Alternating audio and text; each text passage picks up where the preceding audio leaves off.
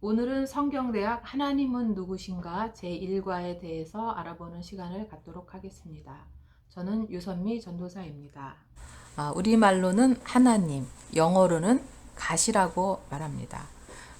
히브리어는 엘로힘, 그리고 헬라어로는 데오스라고 이렇게 하나님에 대해서 이렇게 말을 합니다. 그렇다면 오늘은 그 하나님은 과연 성이 있는지 한번 살펴보도록 하겠습니다. 고대에는 하나님을 아버지의 모습으로 남성의 모습으로 이렇게 생각을 했다고 합니다. 그 이유는 아버지의 역할 때문인데요. 아버지의 역할로 생각하는 것 중에서 보호해주고 책임져주고 이끌어 가시고 질서 잡아주시고 필요를 공급하시고 특별히 생명을 주시는 분이라고 생각을 했다라고 합니다. 고대 사람들은 아버지가 생명의 근원이라고 생각했기 때문에 하나님을 남성으로 이렇게 표현을 했다라고 합니다. 그렇다면 성경에 여성적인 하나님의 모습은 나와 있지 않을까요?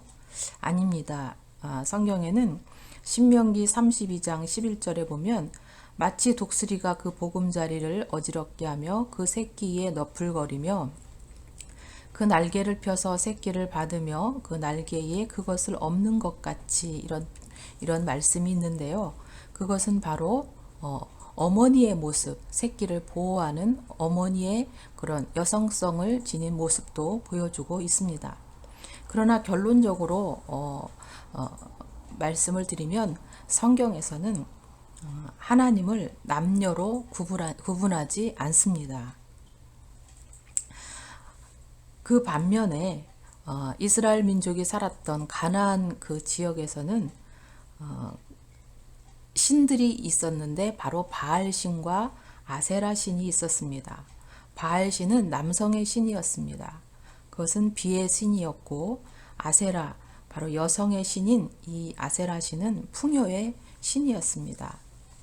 유목민이었던 이스라엘 백성들이 가나안 땅으로 들어갔을 때 그 땅에 정착해 있던 사람들은 농경사회를 이루고 있었습니다. 그렇게 그들은 새로운 신들을 경험하게 되었습니다. 가나안에 있던 신들은 남성과 여성, 그 성이 분명한 신들이었으나 우리 하나님은 성을 초월하신 하나님이십니다. 그렇다면 이 하나님은 누구실까요? 성경에서는 하나님을 소개하고 있습니다. 우리가 알고 있는 하나님에 대해서 말을 하라고 하면 우리는 좋으신 하나님, 사랑의 하나님, 공의와 자비의 하나님, 성실과 성실하신 하나님 등 수십 가지의 말로 하나님을 설명할 수가 있을 것입니다. 오늘은 세 가지로 나누어 하나님에 관해 살펴보도록 하겠습니다. 그 첫 번째, 초월적인 하나님입니다. 이 초월적인 하나님이라는 것은 우리와 다른 하나님을 말씀하고 있습니다. 두 번째는 임마누엘 하나님입니다. 임마누엘 하나님은 우리와 함께 하시는 하나님이십니다. 세 번째는 우리에게 찾아오시는 하나님이십니다. 구약의 가장 큰 사건을 뽑으라고 한다면은 창세기에 나오는 천지창조와 출애굽기에 나오는 출애굽 사건일 것입니다. 출애굽기에 하나님이 중요한 이유는 출애굽기에는 하나님의 이름을 소개하고 있기 때문입니다.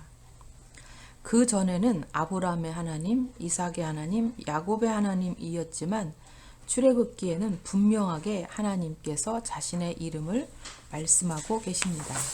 이름에는 사람의 정체성이 포함되어 있습니다. 출애굽기 3장 13절로 14절에 이러한 말씀이 있습니다. 모세가 하나님께 고하되 내가 이스라엘 자손에게 가서 이르기를 너희 조상의 하나님이 나를 너희에게 보내셨나니 그들이 내게 묻기를 그의 이름이 무엇이냐 하리니 내가 무엇이라고 그들에게 말하리까. 하나님이 모세에게 이르시되 나는 스스로 있는 자니라. 또 이르시되 너는 이스라엘 자손에게 이같이 이르기를 스스로 있는 자가 나를 너희에게 보내셨다 하라. 바로 스스로 있는 자, 야훼입니다. 그 전까지 이스라엘 백성들은 조상의 하나님을 섬겼습니다. 그러나 출애굽을 통해 경험한 하나님은 스스로 계시는 야훼 하나님이십니다.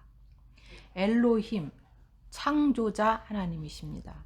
여호와 이레, 예비하신 하나님, 여호와 라파, 치료하시는 하나님, 여호와 삼마, 거기까지 우리를 도우시는 하나님, 여호와 니시, 승리케 하신 하나님, 여호와 샬롬, 평강의 하나님, 엘사다이, 그 백성의 궁핍을 채워주시는 전능하신 하나님이십니다. 이처럼 출애굽기에는 하나님께서 자신의 이름을 알려주셨습니다. 또한 이 야훼 하나님은 어떤 형상도 만들지 말라라고 말씀하셨습니다. 그 이유는 피조물의 어떤 모습과 존재로도 가질 수 없는 초월적인 분이시기 때문입니다. 하나님은 창조자이시며 또한 인간은 피조물입니다. 피조물인 인간에게 하나님은 꼭 필요한 존재입니다. 결국 하나님께서 인간을 창조하셨다는 것은 결국 하나님의 사랑을 표현한 것입니다. 두 번째는 함께 하시는 하나님에 대해서 살펴보도록 하겠습니다. 출애굽기 3장 7절에 여호와께서 가라사대 내가 애굽에 있는 내 백성의 고통을 정령이 보고 그들이 그 간역자로 인하여 부르짖음을 듣고 그 우고를 알고, 이런 말씀이 기록되어 있습니다. 여기서 알다라는 히브리어 야다는, 이 야다의 의미는 인간의 고통 속으로 하나님 자신이 깊숙이 들어오셨다라는 의미이며 표현입니다. 즉 우리 하나님은 임마누엘에 함께 하시는 하나님이십니다.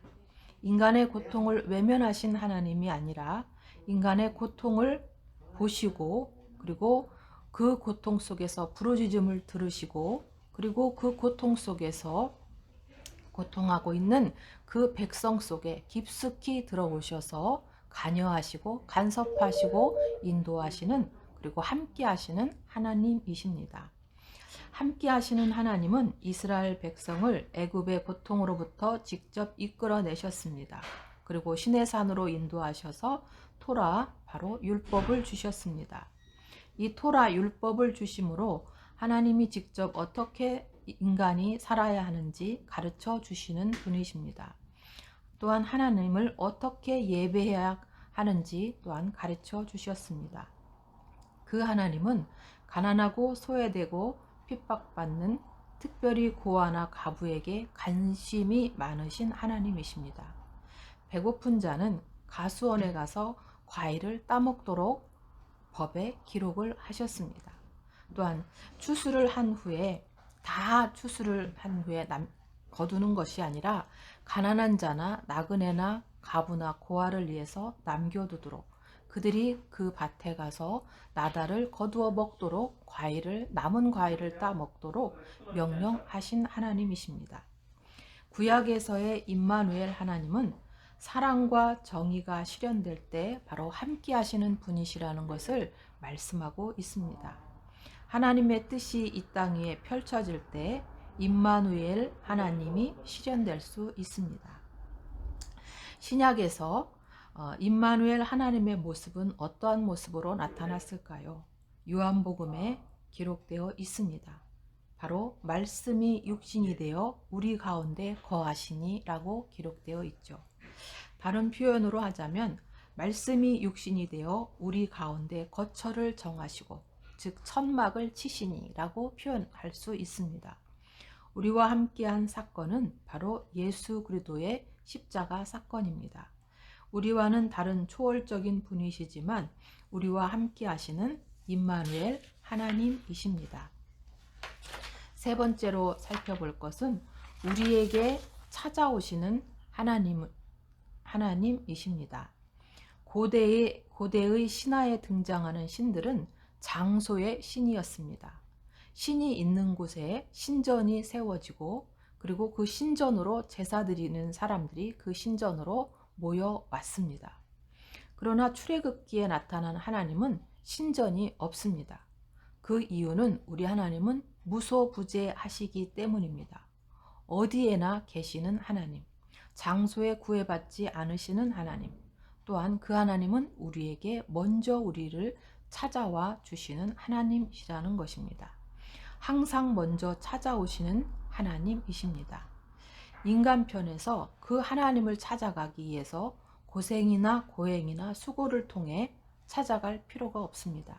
인간에게 먼저 찾아오셔서 우리를 만나주시고, 또한 우리와 계약을 맺으시고, 또한 약속을 주시고, 또한 우리에게 소명을 주시는 하나님이십니다. 하나님은 찾아오셔서 누군가를 부르실 때 반드시 소명을 주시고, 그리고 약속을 하시며 보내시는 그분의 뜻을 이해해서 우리를 세상 가운데 보내시는 분이십니다. 그리고 우리 안에 영으로 오셔서 거하시는 하나님이십니다. 신약의 마라나타의 뜻은 주 예수여 어서 오시옵소서입니다. 이 말은 마라와 나타가 합해서 만들어진 합성어입니다. 그 뜻은 주 예수는 오셨습니다 라는 뜻입니다. 이미 예수님은, 하나님은 성령님으로 우리 안에 와 계십니다. 그래서 그 성령 하나님과 함께 하시고 이루어 가시는 바로 우리의 좋으신 하나님이십니다. 이상으로 강의를 마치도록 하겠습니다.